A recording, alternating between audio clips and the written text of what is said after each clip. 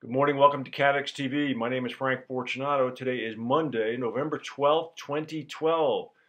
Sandy power outages are finally being resolved in the northeastern United States. Less than 170,000 customers remain without electricity today.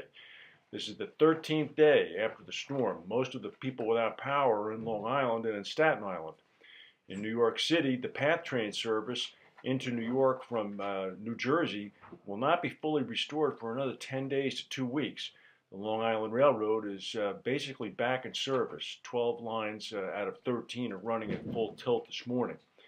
It's also been leaked that Governor Cuomo of New York is going to ask for $30 billion additional dollars from the United States federal government. This is on top of the $12 billion that New York is already slated to receive from the Federal Emergency Management Administration, or FEMA.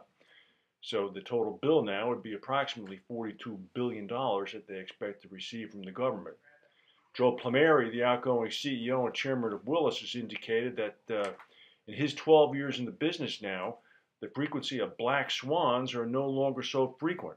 Of course, black swans are an insurance parlance term for the massive, hard to predict, significant loss events that occur in the insurance and reinsurance industry. Mr. Plumeri indicates that after he leaves Willis at the end of the year, he intends to work with climate change related events because they pose a significant opportunity for insurers. This is a theme that Mike McGavick and others have been echoing for quite some time. Somebody else who is aware of the opportunity or lack thereof, perhaps for insurers, or QBE, the Australian company, they made an announcement this morning that they expect to lose $450 million as a result of Sandy.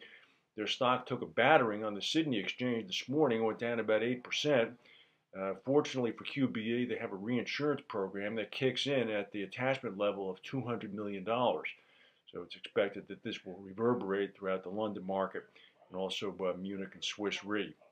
Friday afternoon, there was a plane crash in France. It was a twin-engine Algerian Cessna.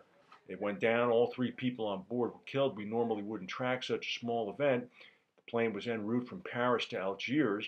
It's now been revealed that the plane was actually carrying paper that would be used to print Algerian banknotes on, a particular kind of paper that's purchased in France and brought to Algeria, where it's run through the government printing presses.